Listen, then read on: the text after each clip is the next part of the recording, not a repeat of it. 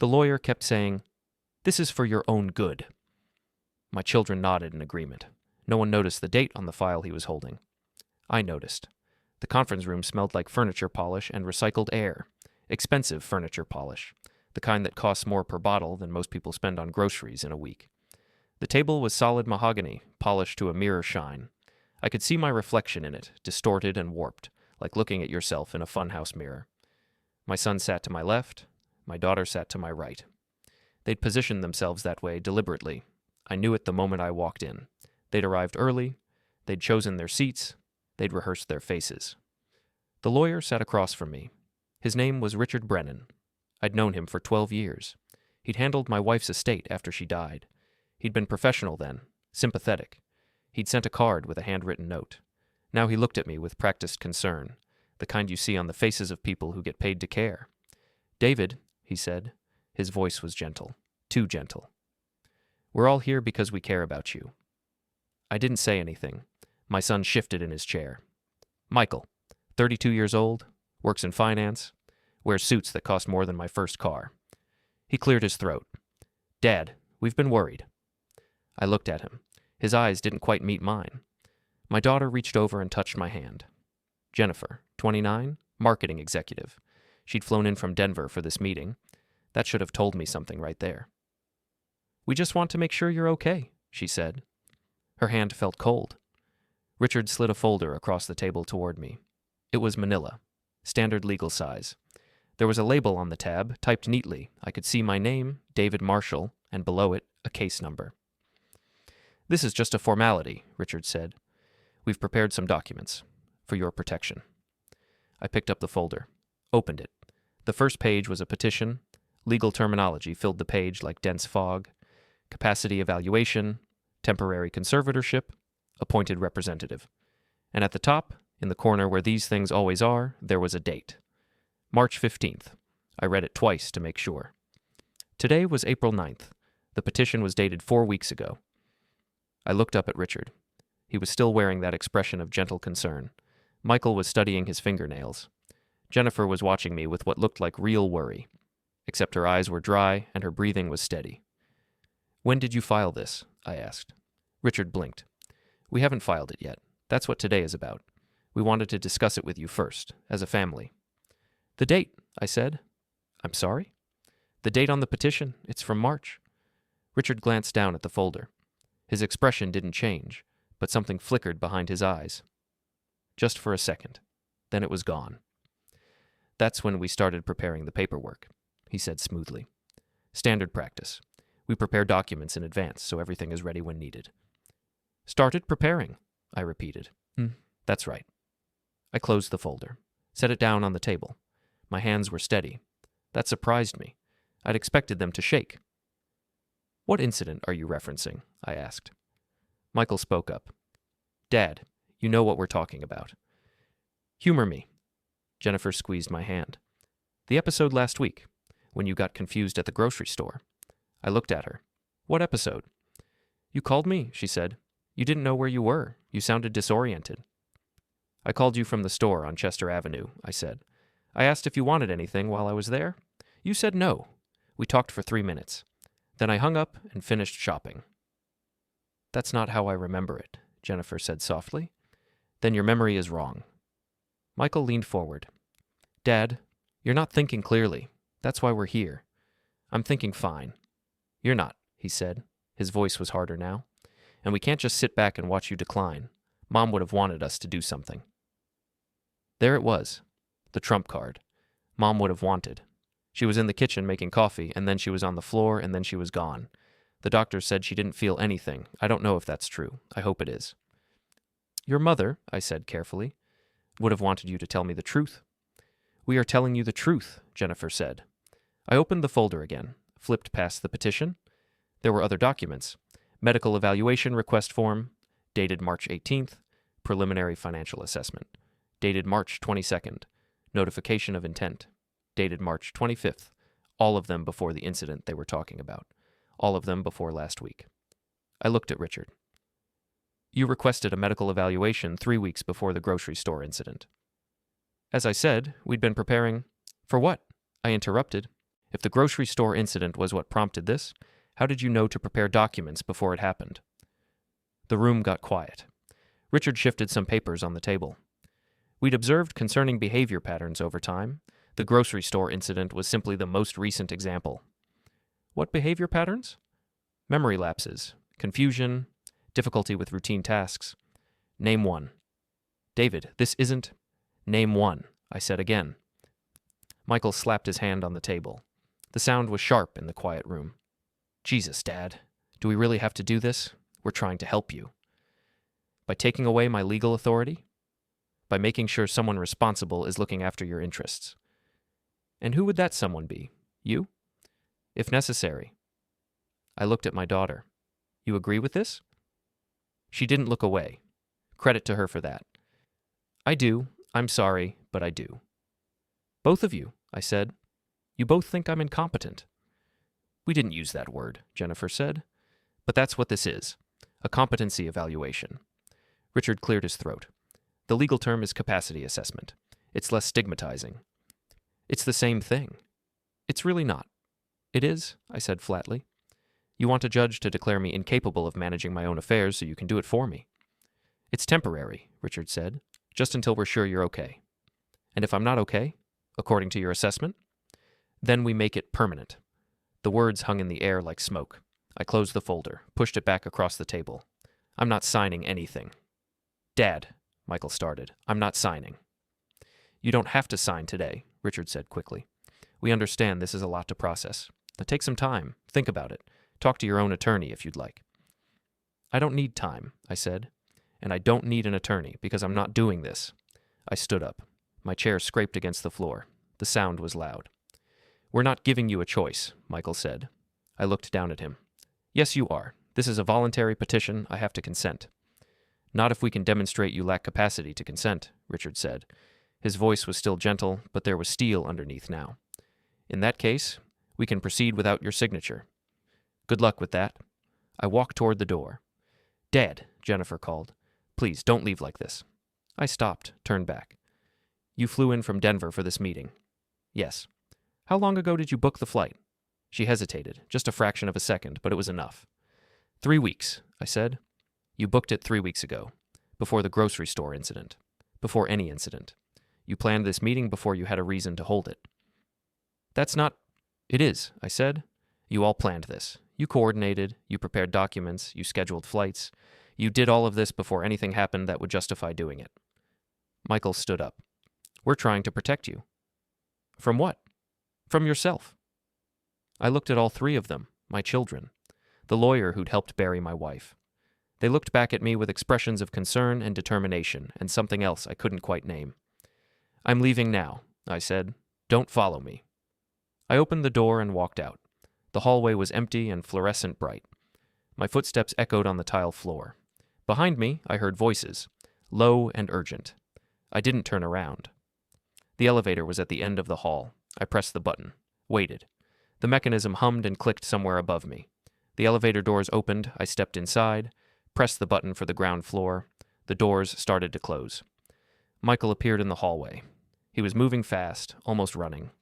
Dad, wait. The doors closed. I rode down in silence. The elevator music was something classical, Mozart maybe, or Vivaldi. My wife would have known. She'd studied music in college. She could identify composers by hearing 3 notes. I missed her with an intensity that felt like drowning. The elevator reached the ground floor. The doors opened. I walked through the lobby, past the security desk, past the receptionist, out through the glass doors into the parking garage. My car was on the 3rd level. I took the stairs, counted each step, 1, 2, 3, all the way up to 57. The car was where I'd left it. A Honda Accord, 10 years old. Jennifer had suggested I get something newer, something with better safety features. I'd told her no. I unlocked the door, got in, sat there with my hands on the steering wheel. The date on that petition, March 15th. The medical evaluation request, March 18th. The financial assessment, March 22nd. All before last week. All before the incident they were claiming prompted this intervention, which meant they'd been planning this for at least a month, which meant they'd decided I was incompetent before they had any evidence, which meant something else was going on. I started the car, drove out of the parking garage. The attendant waved at me. I waved back. Normal Tuesday afternoon, nothing unusual, just a man leaving his lawyer's office. I drove home slowly, obeyed all traffic laws, used my turn signal, checked my mirrors, all the things a competent person does.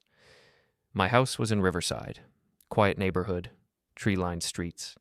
I'd lived there for 28 years, bought it when Michael was 4 and Jennifer was 1. My wife had loved that house. She'd planted roses in the front yard. They still bloomed every summer. I pulled into the driveway, turned off the engine, sat there for a moment. My phone buzzed. Text message. From Michael. Dad, we need to talk. Please call me. I deleted it. Another message. From Jennifer. I love you. We're only trying to help. I deleted that one too. I got out of the car, walked up to the front door, put my key in the lock. The mechanism was stiff. It always was. I'd been meaning to oil it for months. Inside, the house was quiet. I hung my keys on the hook by the door. Same hook they'd hung on for 28 years. Took off my shoes, set them by the mat, walked into the kitchen. Everything was exactly where it should be. Coffee maker on the counter, dish towel hanging from the oven handle, magnet on the refrigerator from our trip to Yellowstone 15 years ago. I opened the refrigerator, looked inside, milk, eggs, cheese, leftovers from Sunday dinner in a plastic container, everything normal, everything fine. I closed the refrigerator, walked down the hall to my bedroom, opened the closet, reached up to the top shelf, pushed aside the winter blankets, found the metal box in the back. It was a fireproof safe, small, heavy, gray. I'd bought it at an office supply store 9 years ago. My wife had asked what it was for. I'd said important documents. She'd smiled and said she had some things to put in there too. I carried the box to the bed, opened it with the key I kept on my keychain. Inside were documents, our marriage certificate, birth certificates for the kids, the deed to the house, insurance policies, medical records, and underneath all of that, an envelope. It was sealed. My name was written on the front in my wife's handwriting. Clean, precise letters. She'd had beautiful handwriting. She'd given me this envelope 6 months before she died. She'd handed it to me one evening while we were watching television. She'd said, "Put this somewhere safe. You'll know when to open it." I'd asked what it was. She'd said, "Insurance." I'd asked what kind of insurance. She'd smiled and said, "The kind you hope you never need." I'd put it in the safe and forgotten about it. Until now. I held the envelope in my hands. It felt heavier than it should. I opened it. Inside the envelope were 3 sheets of paper, folded together. I unfolded them carefully. My wife's handwriting covered all 3 pages. Neat paragraphs, numbered points, like an instruction manual, like a battle plan. At the top of the first page, she'd written, "If you're reading this, something has gone wrong." I sat down on the bed, started reading. The first section was titled, "What They'll Do." She'd predicted it, all of it. The conservatorship petition, the capacity evaluation, the coordination between the children, even the lawyer. She'd named Richard Brennan specifically. Said he'd be sympathetic, but ultimately loyal to whoever was paying him. She'd written, "They won't do this out of cruelty. They'll do it because they convince themselves it's necessary, because they see weakness where there isn't any, because they want control and dress it up as concern. Michael will be the driving force. Jennifer will follow because she trusts her brother more than she trusts her own judgment. They'll move fast once they decide. They'll present it as inevitable. They'll say, 'I would have wanted them to protect you.'" I stopped reading, looked at the date at the top of the page. She'd written this 7 years ago, 2.5 years before she died, before any of this could have been anticipated. How had she known? I kept reading. The second section was titled, "What You Have." This was a list: bank accounts, investment portfolios, property holdings, insurance policies. Each item had a number next to it. Account numbers, policy numbers, property identification codes. At the bottom of the list, she'd written, "None of these are in joint ownership. None of them are accessible to anyone but you. I set them up this way deliberately. You never asked why. I'm glad you didn't. It would have complicated things." I stared at those words. We'd been married 31 years. I'd trusted her completely. She'd managed most of our finances. She was better at it than I was, better at planning, at anticipating, at seeing 3 moves ahead. She'd apparently been planning for this scenario for at least 7 years. The third section was titled, "What You'll Need to Do." This was longer, more detailed. Step-by-step instructions, specific dates, specific actions. She'd anticipated their timeline. She'd built in delays and redundancies. She'd created layers of protection I hadn't known existed. She'd written, "They'll try to freeze your accounts. They can't. The documentation is sealed and protected. They'll try to claim you're incompetent. The medical records I've compiled will contradict any evaluation they commission. The letters I've left with Dr. Hastings will prove otherwise." Dr. Hastings, our family physician. She'd been seeing him for 25 years. I'd been seeing him for 30. Had he known about this? I kept reading. The instructions were specific, precise. She'd outlined exactly what to do and when to do it. She'd anticipated their moves and prepared counter-moves. She'd created a system that would activate automatically if certain conditions were met. She'd written, "Don't confront them directly, don't argue. Don't try to convince them they're wrong. Let them think they're winning. Let them think you're vulnerable. Let them commit fully. The deeper they go, the harder they'll fall." At the bottom of the third page, she'd written one final note. "I'm sorry I had to plan for this. I'm sorry I couldn't tell you. I'm sorry you're reading this at all, because it means I was right. I love you. I've always loved you. Trust the process. Trust yourself. And remember, everything I've done to protect you. Even this." Her signature was at the bottom, clean and simple, just her name, Catherine Marshall. I folded the papers, put them back in the envelope, sat there on the bed with the envelope in my hands. My wife had known. 7 years ago, she'd known this would happen. She'd seen something I hadn't seen, some pattern of behavior in our children, some trajectory that would lead them here, and she'd prepared for it. Why hadn't she told me? Maybe because telling me would have changed how I acted around them, would have created distance, would have poisoned something that didn't need poisoning yet. Maybe she'd hoped she was wrong. Maybe she'd hoped that whatever she saw would never actually manifest. But she'd prepared anyway, just in case. I stood up, put the envelope back in the safe, locked it, put the safe back on the shelf, covered it with blankets. Then I went to my office. It was the smallest bedroom, converted years ago. Desk by the window, bookshelf against one wall, filing cabinet in the corner. My wife had used this room more than I had. She'd paid bills here, managed investments, kept records. I opened the filing cabinet, third drawer down, personal correspondence folder. Behind that was another folder, unmarked. I pulled it out. Inside were copies of documents, bank statements, investment reports, property records, all dated and organized by year, all in my wife's handwriting. Little notes in the margins, arrows pointing to specific entries, highlighted sections. She'd been documenting everything for years. I sat down at the desk, started going through the papers one by one. The bank statements showed regular transfers, small amounts, 200 here, 500 there, never enough to be noticeable, but consistent, always to the same account, an account I didn't recognize. The investment report showed a portfolio I didn't remember opening, steady growth over 15 years. Conservative investments, nothing flashy. But the balance was significant. 6 figures, nearly 7. The property records showed 3 parcels of land. Rural county, undeveloped, purchased 12 years ago. Taxes paid through an automated system. I'd never seen the bills, never knew they existed. My wife had been building something, quietly, systematically, without telling me. No, that wasn't right. She had told me. She told me with that envelope. She told me by saying, "You'll know when to open it." She'd trusted me to know, and I had known. I'd opened it at exactly the right time. I pulled out my phone, called Dr. Hastings' office. The receptionist answered on the second ring. "Riverside Family Medicine. This is Andrea." "This is David Marshall. I need to speak with Dr. Hastings." "Is this an emergency?" "No, but it's important." "He's with a patient right now. Can I have him call you back?" "Yes. Tell him it's about the letters." There was a pause. "The letters? He'll know what I mean." "Okay, I'll give him the message." I hung up, sat there at the desk. Outside the window, the afternoon was turning to evening. The light was gold and slanted. The roses in the front yard were starting to bloom. My phone rang 15 minutes later. "David," Dr. Hastings said. His voice was careful. "Andrea said you called about letters." "Catherine's letters." Another pause. Longer this time. She told me you might call one day." "You knew about this." "I knew she'd given me some sealed envelopes. She asked me to keep them in my personal files.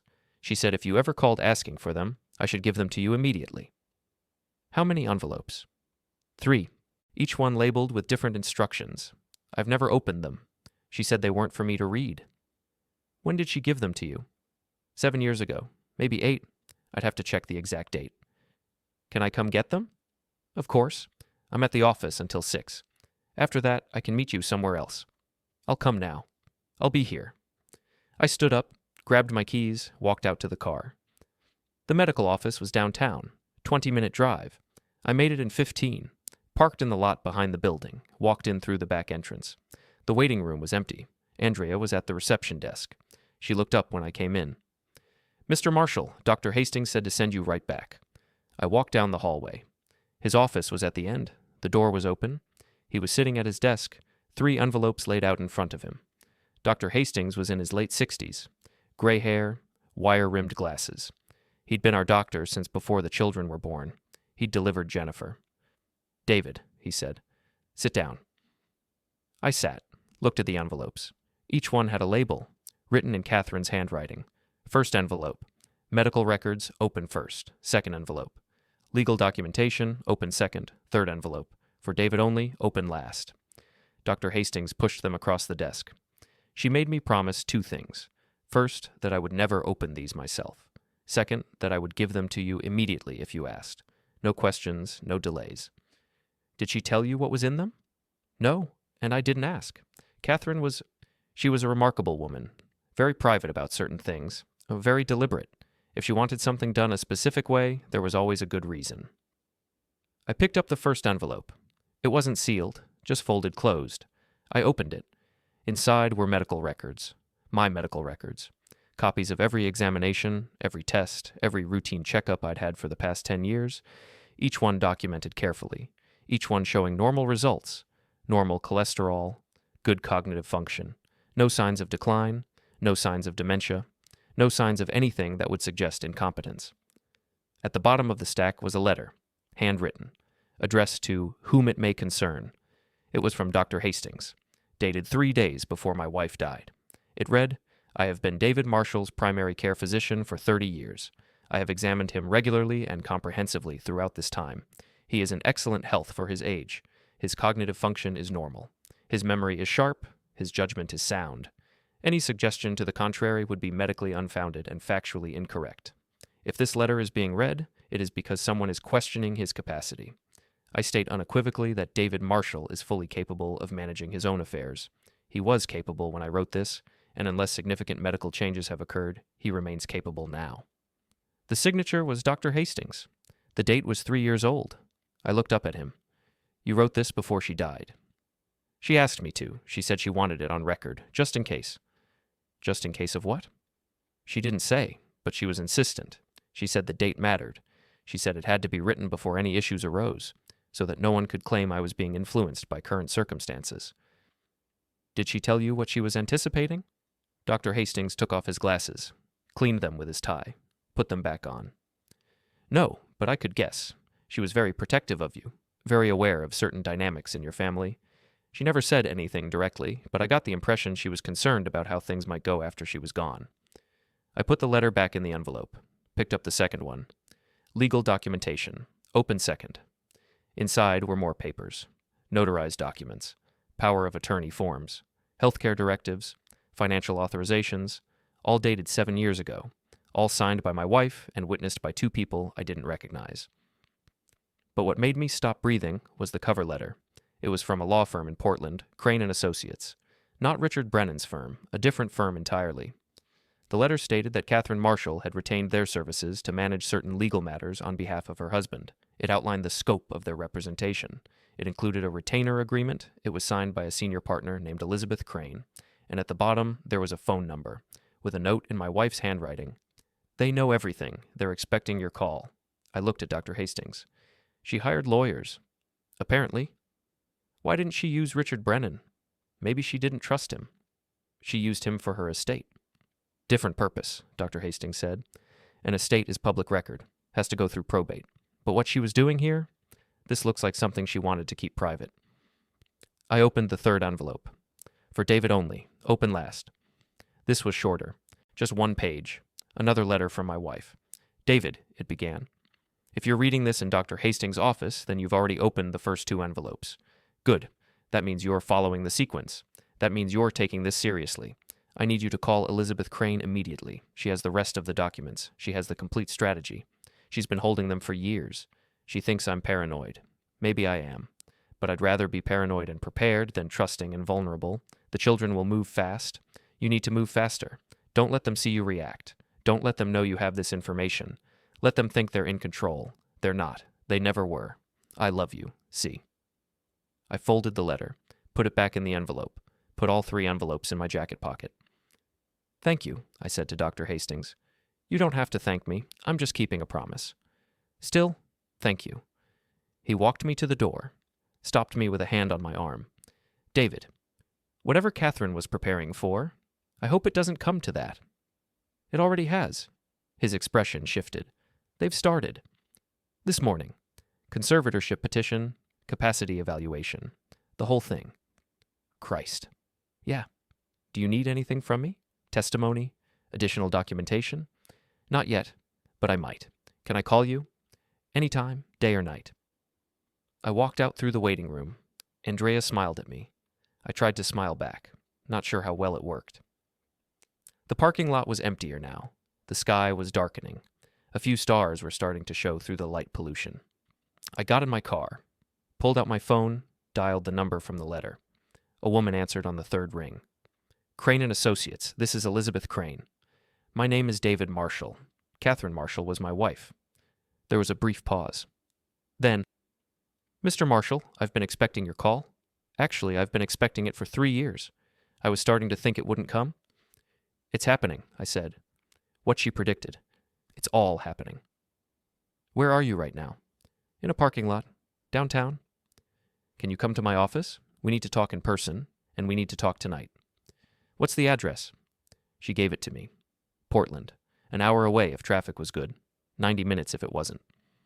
I'll be there, I said. I'll wait for you. Come to the back entrance. Ring the bell. I'll let you in personally. She hung up. I started the car. Drove out of the parking lot. Got on the highway heading west. My phone buzzed multiple times during the drive. Text messages, Michael, Jennifer, Richard Brennan. I didn't read any of them, just kept driving. The law office was in a converted warehouse near the river. Red brick, industrial windows, discreet brass plaque by the door. I parked on the street, walked around to the back, found the entrance, pressed the buzzer. A camera above the door swiveled to face me. A moment later, the lock clicked open. Elizabeth Crane was waiting inside. She was in her 50s. Gray suit, no jewelry except a watch, sharp eyes behind frameless glasses. Mr. Marshall, she said. Come in. I followed her through a hallway, up a flight of stairs, into a corner office with windows overlooking the river. The city lights reflected on the water. She gestured to a chair. I sat. She sat across from me behind a large desk. Your wife was one of the most prepared people I've ever met, she said.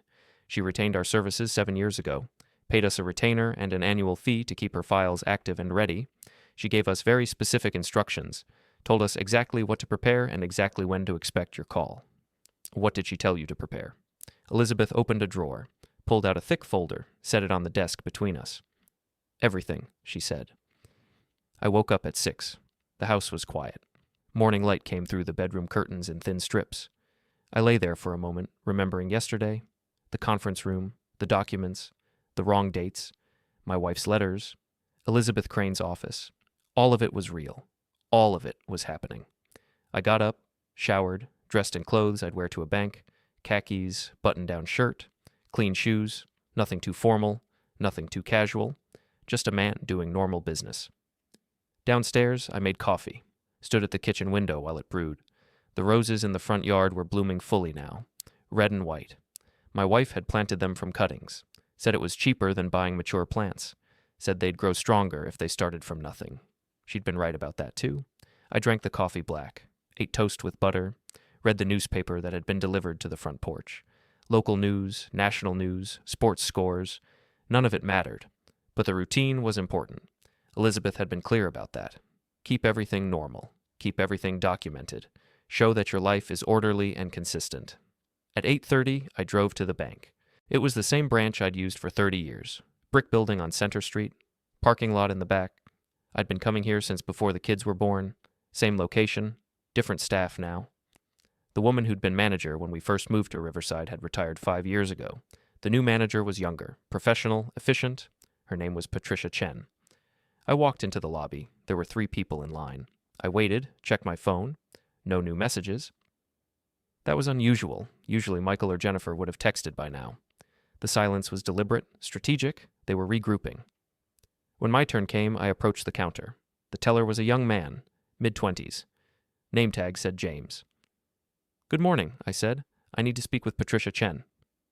"Is she expecting you?" "No, but I'm a longtime customer. It shouldn't take long." James picked up a phone, spoke quietly, hung up. "She'll be right out." Patricia emerged from an office behind the teller stations. She smiled when she saw me. "Mr. Marshall, good to see you. Come on back." I followed her through a security door into a corridor of small offices. Hers was at the end. Window overlooking the parking lot. Desk with a computer and a neat stack of files. 2 chairs for clients. She closed the door. "What can I help you with today?" "I need copies of all my account statements for the past 6 months. Checking and savings, everything. Every account with my name on it." She made a note. "May I ask what this is for? We can usually provide statements online through our portal. I need physical copies, certified if possible." Her expression shifted slightly. "Is there a problem with your accounts?" "No. Legal matter, routine documentation." That was enough. She didn't ask more questions. Banks are good about that. They see legal matters all the time. "I can have those printed for you. It'll take about 15 minutes. Do you want to wait here or come back?" "I'll wait." She left. I sat in the chair, looked out the window at the parking lot, counted the cars. 15. Tuesday morning, normal level of traffic. My phone buzzed. Text message, unknown number. "Mr. Marshall, this is Richard Brennan. We need to discuss next steps. Please call my office at your earliest convenience." I didn't respond. Another message. Michael. "Dad, we need to schedule the medical evaluation. Dr. Brennan can see you Friday morning. Please confirm." Dr. Brennan. Not Dr. Hastings. Someone new. Someone who didn't have 30 years of my medical history. Someone who would evaluate me based on a single appointment. I forwarded the message to Elizabeth Crane. She replied immediately. "Don't respond. Don't schedule anything. They can't force you to see a new doctor without court approval." Patricia came back carrying a large folder. She set it on the desk. "Here are all your statements. I've included checking, savings, and the investment account. 6 months as requested. Each one has been certified by the bank." "Thank you. Is there anything else you need?" I thought about that. "Yes. Can you pull up the access logs for these accounts? I want to know if anyone else has attempted to view or access them." She hesitated. "That would be unusual." "I know, but I need to know." She turned to her computer, typed for a few moments, frowned. "There have been some access attempts within the past 3 weeks, from external IP addresses. The system flagged them, but they didn't succeed because the accounts have 2-factor authentication." "Can you tell who made the attempts?" "Not specifically, but I can see they originated from computers outside our local network. Someone was trying to log in remotely." "Can you increase the security on these accounts?" "I can add additional verification requirements. But Mr. Marshall, if someone is attempting to access your accounts without authorization, you should file a police report." "I will. Can you make the security changes now?" "Of course." She spent 5 minutes adjusting settings on her computer. When she finished, she printed out a summary sheet. "Your accounts now require 3 forms of verification for any access: password, security questions, and biometric confirmation. No one can access these accounts remotely. They'd have to come into a branch in person with proper identification." "Perfect, thank you." I left the bank carrying the folder of statements. Drove 3 blocks to a FedEx office. Used their scanner to make digital copies of everything. Encrypted the files. Uploaded them to a secure cloud storage service. Then drove home. The house was still empty. No cars in the driveway. No one waiting on the porch. I went to my office, spread the bank statements across the desk, started going through them line by line. Every transaction was documented. Every deposit, every withdrawal, every automatic payment. Everything was normal. Utility bills, insurance premiums, grocery shopping, gas. Nothing unusual. Nothing that could be construed as financial mismanagement, except for one thing. There were monthly transfers to an account I didn't recognize, $2,000. Same date every month, automatic withdrawal. I'd never noticed them before because they were consistent, regular. They looked like any other bill payment, but I didn't know what account they were going to. I pulled out my phone, called the bank, asked for Patricia.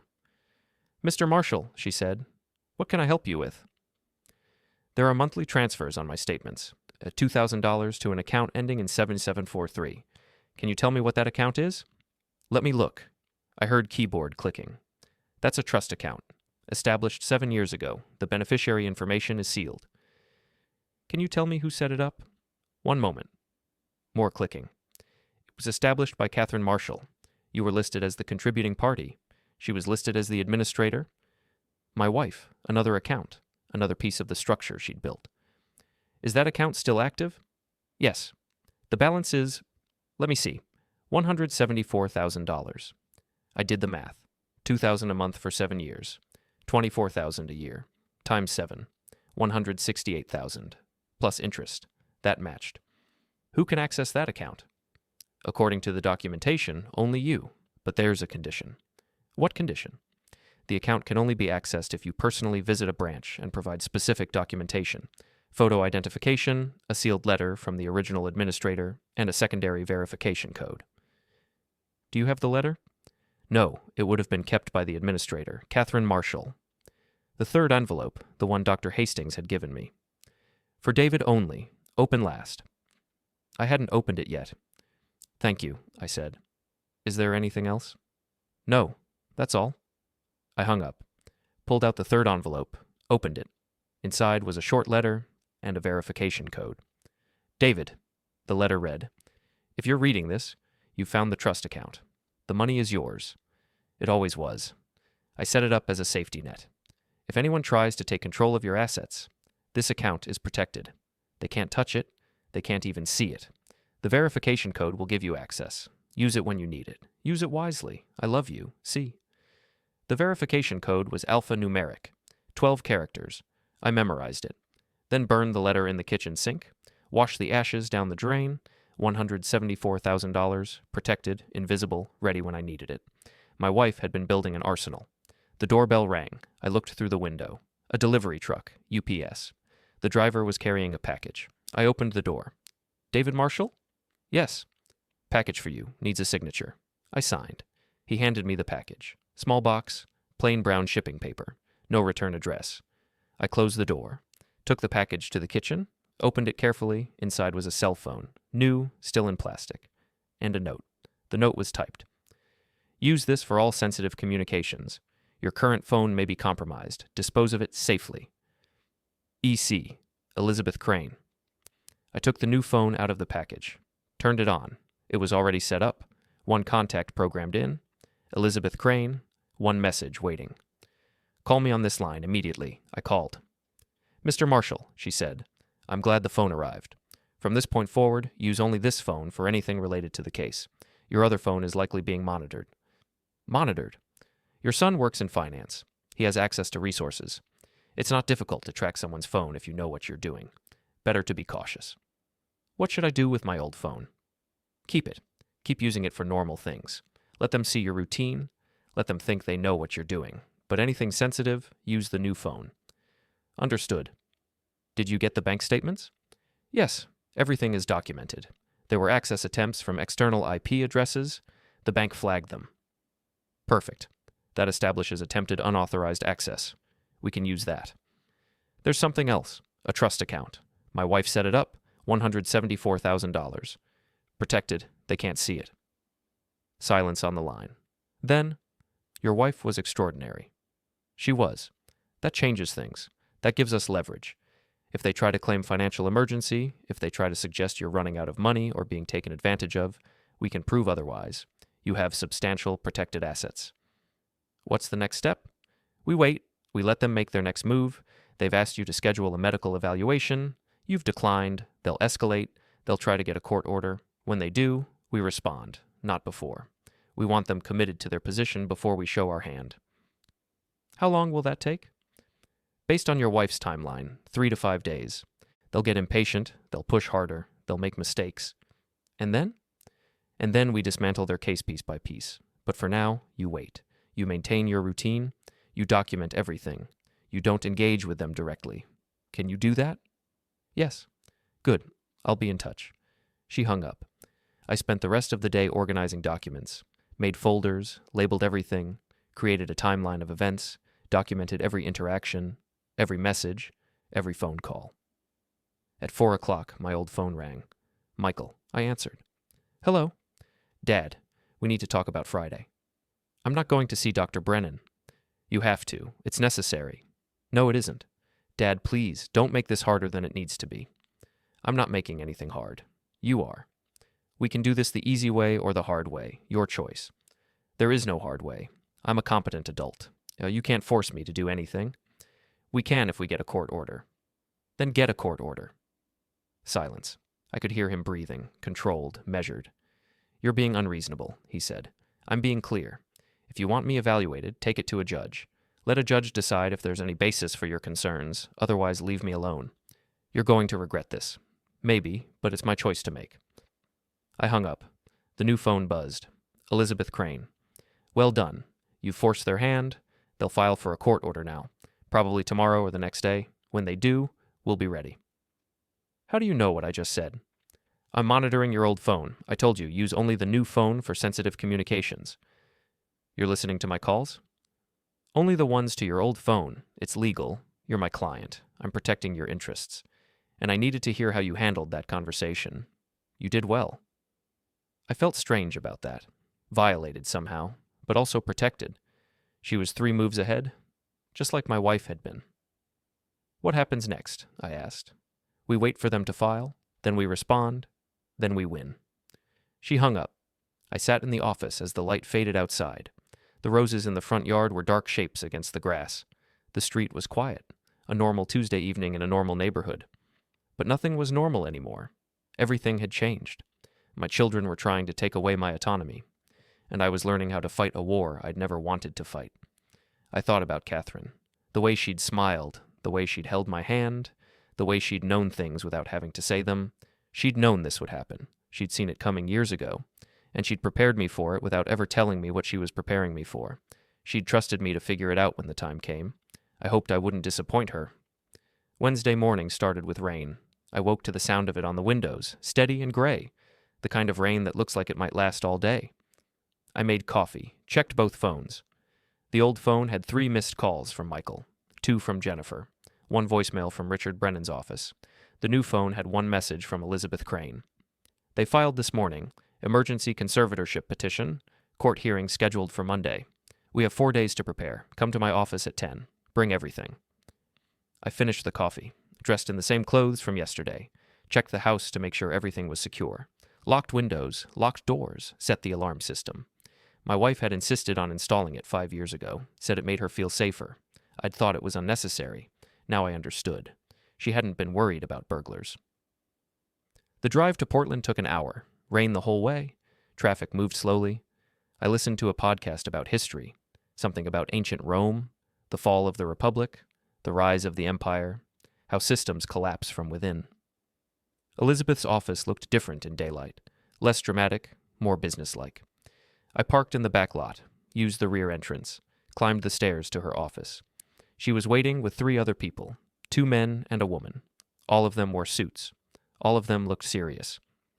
Mr. Marshall, Elizabeth said. These are my associates, Thomas Henderson, Sarah Mitchell, and James Kwan. They'll be working on your case with me.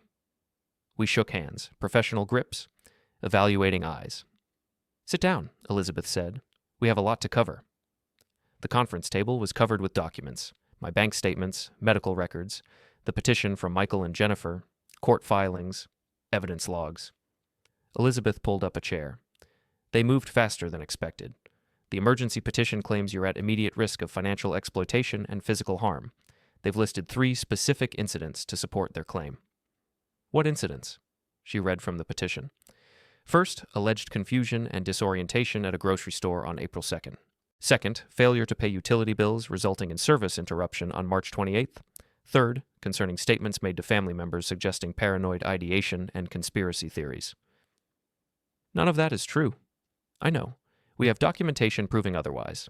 Your bank statements show all utility bills were paid on time, your phone records show the grocery store call was routine, and the paranoid ideation claim is pure fabrication. Thomas Henderson spoke up. He was older than the others. Gray temples, calm voice. The real problem is the emergency designation. They're claiming immediate risk. That gives them leverage to request temporary emergency conservatorship before the full hearing. If the judge grants it, you could lose access to your accounts and decision-making authority as early as tomorrow. Can they actually do that? They can try, Elizabeth said, but we're going to block it. We're filing a response today. We're challenging every claim they've made, and we're introducing evidence of their coordination and premature planning. Sarah Mitchell opened a laptop, turned it to face me. We've analyzed their timeline. The petition was prepared weeks ago. The medical evaluation request was filed before any incident. The financial documents were compiled before any utility issue. Their entire case is built on events they fabricated or exaggerated after deciding to take action. Can you prove that? We have the dates.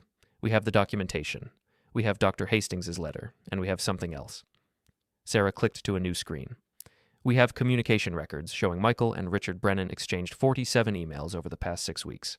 That's extensive coordination. That suggests premeditation. How did you get their emails? Discovery. Once they filed a petition, certain records become accessible through legal process. We requested their communication records yesterday afternoon. They have to provide them. James Kwan spread out a timeline on the table. Here's how this plays out. Today, we file our response. Tomorrow, the judge reviews both petitions. Friday, there's a preliminary hearing to address the emergency designation. Monday, there's the full hearing. We need to win on Friday. If we do, the Monday hearing becomes a formality. What happens at the Friday hearing? Both sides present their case for or against emergency conservatorship. It's short, 30 minutes maybe, but it's crucial. If they lose the emergency designation, their whole case falls apart. Elizabeth pulled out a thick folder. This is our response. It's comprehensive. We're not just defending you. We're attacking their credibility. We're showing that this is a coordinated attempt to seize control of your assets motivated by financial interest rather than genuine concern. Will that work? It should, but we need to be prepared for anything. They might bring witnesses. They might present new evidence. They might try to provoke you in court. You need to stay calm, stay composed. Let us do the talking. Thomas handed me a document. This is a list of potential questions you might be asked. Review them. Practice your answers. Be clear. Be concise. Don't elaborate. Don't explain. Just answer the question. I looked at the list. 20 questions. Some were factual. When did your wife die? How long have you lived in your current house? Others were subjective. Do you feel confused or disoriented? Have you had difficulty managing your finances? These questions seem designed to trap me. They are, Thomas said. That's why you practice. You learn to recognize the trap and avoid it. You answer honestly but carefully. You don't volunteer information. You don't try to convince them. You just state facts. We spent the next 3 hours going through the response. Line by line, question by question. They asked me everything. My daily routine, my medical history, my relationships with my children, my financial management, everything. I answered it all, calmly, clearly, honestly. At one point, Elizabeth stopped me. When they ask about your wife, keep it brief. Don't get emotional. They'll use emotion against you. They'll suggest you're depressed or unstable. Just state the facts. She died. You grieved. You moved forward. That's all. That's not all, I said. I know, but that's all you say in court. We broke for lunch. Sandwiches from a deli down the street. We ate in the conference room, kept working, kept preparing. At 2 o'clock, Elizabeth got a phone call. She listened, frowned, hung up.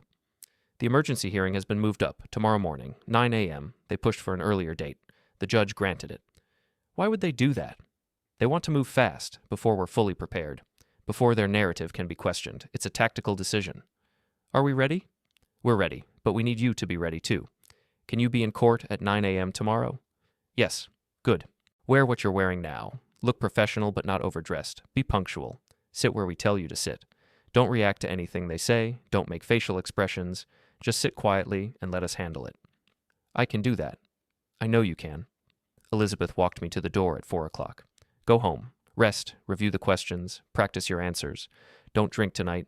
Don't take any medication that might make you seem foggy. Be sharp tomorrow. Be present. I will. Your wife prepared you for this.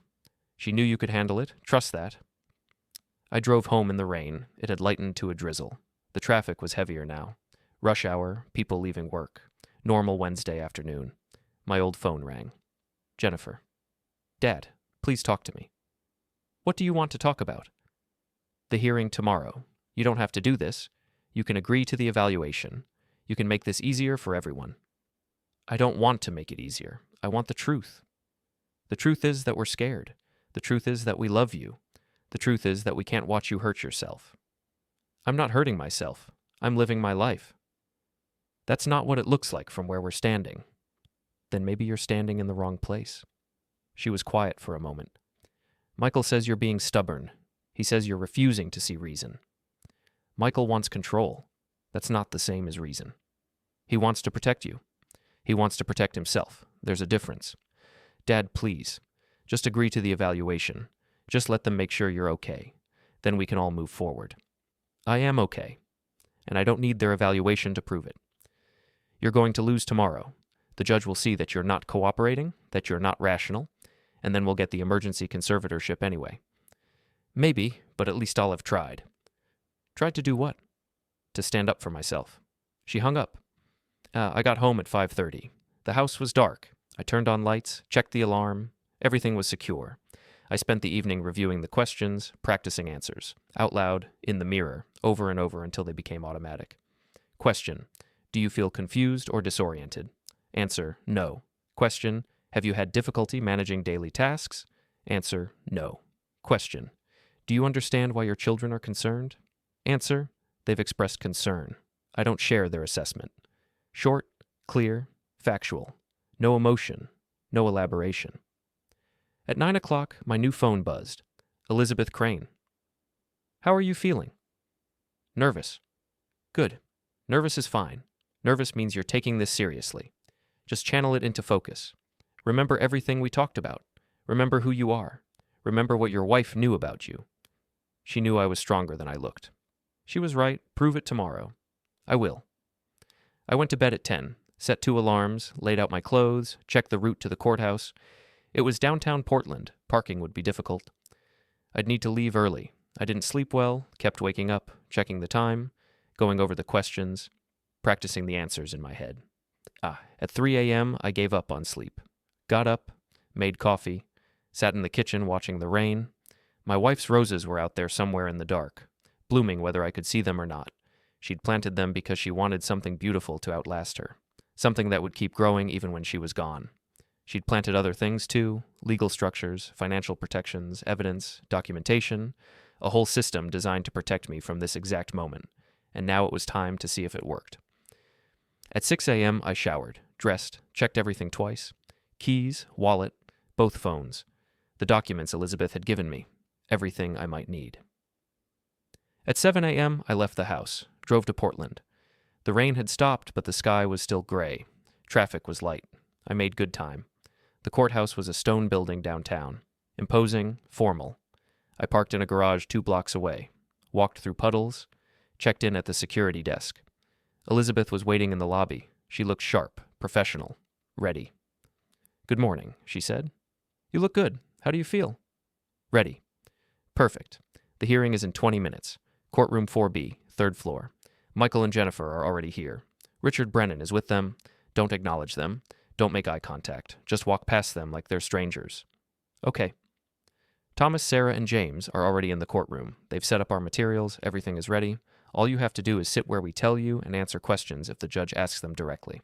Most likely, you won't have to say anything at all today. This is just about the emergency designation. And if they get it? They won't." We took the elevator to the 3rd floor, walked down a long hallway. Courtroom 4B was at the end. Double doors, formal and intimidating. Elizabeth pushed them open. Inside, the courtroom was smaller than I expected. Wood paneling, high ceilings, rows of benches like church pews, the judge's bench at the front, American flag in the corner. Michael and Jennifer sat on the left side with Richard Brennan. They looked up when I entered. Jennifer's eyes were red. Michael's face was hard. I didn't look at them, just followed Elizabeth to the right side, sat where she indicated. Thomas, Sarah, and James were already there. Documents spread across the table, laptops open. Professional and prepared. The bailiff stood. "All rise." The Honorable Judge Catherine Pierce presiding. Everyone stood. Judge Pierce entered from a side door. She was in her 50s, gray hair pulled back, reading glasses. She sat at the bench. We all sat. "Case number 24, CV 8847, she said. Emergency conservatorship petition. Michael and Jennifer Marshall, petitioners. David Marshall, respondent. Counsel, state your appearances." Richard Brennan stood. Richard Brennan for the petitioners, Your Honor. Elizabeth stood. Elizabeth Crane for the respondent, Your Honor. Thank you. Mr. Brennan, you filed an emergency petition. Please summarize the basis for the emergency designation. Richard stood again, smoothed his tie. Your Honor, the petitioners are deeply concerned about their father's welfare. He has exhibited signs of cognitive decline, financial mismanagement, and concerning behavioral changes. We believe he is at immediate risk of harm to himself and his assets. We're requesting temporary emergency conservatorship to ensure his safety while a full evaluation is conducted. What specific evidence supports the immediate risk? 3 documented incidents within the past 6 weeks. First, confusion and disorientation during a routine task. Second, failure to maintain household obligations resulting in service interruptions. Third, statements suggesting paranoid ideation and deteriorating mental status. Ms. Crane, your response? Elizabeth stood. Your Honor, the alleged incidents are fabricated or grossly mischaracterized. We have documentation proving otherwise. More importantly, we have evidence that the petitioners began preparing this action weeks before any alleged incident occurred. This is not an emergency response to a declining situation. This is a coordinated attempt to seize control of my client's assets. That's a serious allegation. I can prove it. The petition is dated March 15th. The incidents they cite occurred in April. They prepared their case before they had justification. That demonstrates premeditation, not concern. Judge Pierce looked at Richard. Mr. Brennan? Your Honor, the date on the petition reflects when we began preparing documentation. We'd been observing concerning patterns for months. The specific incidents cited were simply the most recent examples. Then why weren't those earlier patterns documented in your petition? Richard hesitated. They were documented in our preliminary assessment. May I see that assessment? We have it. It's part of our supporting materials. But it's not in the petition. No, Your Honor. Why not? An oversight. We were focused on the most recent and concerning incidents. Elizabeth stood. Your Honor, there is no preliminary assessment. The petitioners made no documentation of earlier patterns because there were no earlier patterns. The entire basis for this petition was manufactured after the decision to file was made. That's not true, Richard said. Then produce the assessment. I'll need to retrieve it from my office. It's not here? We didn't anticipate needing it for the emergency hearing. Judge Pierce looked over her glasses. Mr. Brennan, this is an emergency hearing. You're asking me to restrict a competent adult's legal rights on an emergency basis. I would expect you to bring every piece of supporting documentation. Your Honor, we can provide... Answer a question for me. Why did you file the petition on March 15th if the incidents occurred in April? As I said, we were preparing... You were preparing for something that hadn't happened yet? We were preparing for what we anticipated would happen. Based on what? Richard shifted his weight. Based on observed patterns of behavior over time. Documented patterns? Not formally. So you anticipated future incidents based on undocumented past patterns and prepared a legal petition in advance. Does that accurately summarize your position? Your Honor, families often see signs of decline before they are formally documented. We were being proactive. Proactive or presumptive? Silence. Judge Pierce turned to Elizabeth. Ms. Crane, what evidence do you have to counter the petitioner's claims? Elizabeth stood. Your Honor, we have medical records from Dr. Lawrence Hastings spanning 30 years. He is Mr. Marshall's primary care physician. He has documented Mr. Marshall's excellent cognitive function and physical health. We have a letter from Dr. Hastings specifically addressing these concerns. We have bank statements proving financial responsibility. We have utility records proving all bills were paid on time. We have phone records proving the alleged grocery store incident was a routine call. Every single claim made by the petitioners is contradicted by documentary evidence. Have the petitioners seen this evidence? We provided it in our response filed yesterday. Judge Pierce looked at Richard. Mr. Brennan. Your Honor, we've reviewed Ms. Crane's submission. We believe the evidence is incomplete. We believe a full medical evaluation by an independent physician is warranted. That's what the full hearing is for. But right now, I need to decide if there's an emergency that justifies immediate action. Based on what I've heard so far, I'm not convinced there is. Ms. Crane, is your client able to manage his own affairs at this moment? Yes, Your Honor, completely. Is he at immediate risk of harm? No, Your Honor. Is there any evidence of financial mismanagement or exploitation? None whatsoever. Judge Pierce made a note. Mr. Brennan, I'm denying the emergency petition. The full hearing will proceed as scheduled on Monday. At that time, both sides will present complete evidence and testimony. but I see no basis for emergency action today. Your Honor, my decision is made. The emergency petition is denied. Monday at 9 a.m. for the full hearing. Court is adjourned. The bailiff stood. All rise. Judge Pierce left the courtroom. I sat very still. Elizabeth put her hand on my shoulder. We won. Across the aisle, Michael and Jennifer were talking urgently with Richard. Their voices were low, but I could hear the tone. Frustration, anger, disbelief. Elizabeth leaned close. Don't react. Don't acknowledge them. We're leaving now. Follow me. We gathered our materials. Walked toward the door. Michael stood up. Dad. I kept walking. Dad, wait. Elizabeth's hand on my arm. Keep moving. We walked out into the hallway, down to the elevators, into the garage. We didn't stop until we were in Elizabeth's car with the doors locked. That was perfect, she said. You did exactly what you needed to do. You stayed calm, you stayed quiet, you let the evidence speak, and we won. They looked angry. They should be. They just lost their emergency petition. They showed their hand too early. They revealed their coordination. They demonstrated their lack of evidence. And now they have 3 days to rebuild their case before Monday. Can they do that? They can try, but we've established the baseline. They're the ones making extraordinary claims. They have to prove them. We just have to maintain the status quo.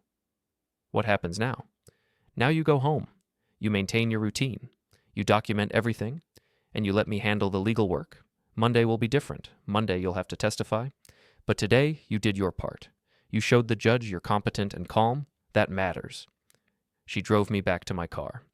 Call me if anything happens. Use the secure phone. And remember, they're going to be desperate now. Desperate people make mistakes. I drove home slowly, carefully, obeying every traffic law. When I got home, there were 6 messages on my old phone. 3 from Michael, 2 from Jennifer, 1 from Richard Brennan. I deleted them all without listening. The new phone had 1 message, from Elizabeth. You did great today. Rest this weekend. Monday we finish this. I sat in my kitchen, made coffee, looked out at the roses. My wife had known this would happen. She'd prepared for it.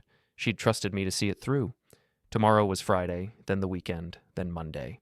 3 days until the final hearing, 3 days to prepare, 3 days until I would either keep my freedom or lose it. I drank the coffee, thought about my wife, thought about trust, and I waited.